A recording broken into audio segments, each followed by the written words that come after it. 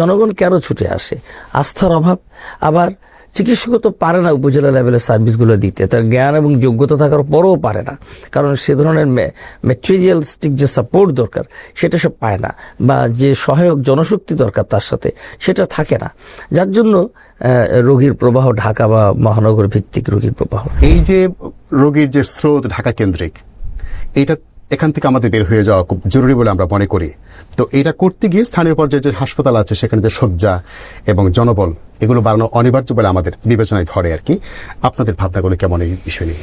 এই বিষয়ে আমরা আমাদের নির্বাচনী ম্যানিফেস্টো 70 এটা প্রকাশিত হবে এবং সেখানে আপনারা দেখবেন আমরা বলছি যে উপজেলা হাসপাতালগুলো 100 শয্যা বিশিষ্ট হওয়া উচিত এবং সেখানে বেসিক যেগুলো সার্ভিস, মেডিসিন, সার্জারি, গাইনি, শিশু বিভাগ, নাক কান গলা বিভাগ, দন্ত বিভাগ এবং আপনার আরো যেগুলো বেসিক আমাদের আছে, চক্ষু বিভাগ, এগুলো থাকতে হবে। এগুলো কনসালটেন্ট থাকার ব্যবস্থা করতে হবে, প্রয়োজনীয় যন্ত্রপাতি দিতে হবে, ওটি করার সরঞ্জাম এবং ওটি করার মতো পরিবেশ, ওটি তো যেখানে সেখানে আপনি করে ফেলতে পারেন না, তো সেরকম করে তৈরি করতে হবে।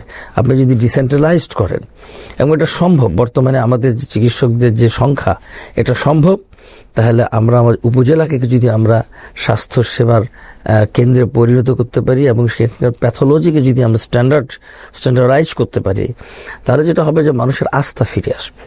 আসলে জনগণ কেন ছুটে আসে? আস্থার অভাব। আবার চিকিৎসকও তো পারে না উপজেলা লেভেলের সার্ভিসগুলো দিতে, তার জ্ঞান এবং যোগ্যতা থাকার পরও পারে না, কারণ সে ধরনের ম্যাটেরিয়ালিস্টিক যে সাপোর্ট দরকার সেটা সে পায় না, বা যে সহায়ক জনশক্তি দরকার তার সাথে সেটা থাকে না, যার জন্য রোগীর প্রবাহ ঢাকা বা মহানগর ভিত্তিক রোগীর প্রবাহ। এটা বন্ধ করার উপায় হলো ওখানে জনগণের আস্থা ফিরিয়ে আনতে হবে এবং আস্থা ফিরিয়ে আনার জন্য যথোপযুক্ত জনবল এবং প্রযুক্তি নিশ্চিত করতে হবে।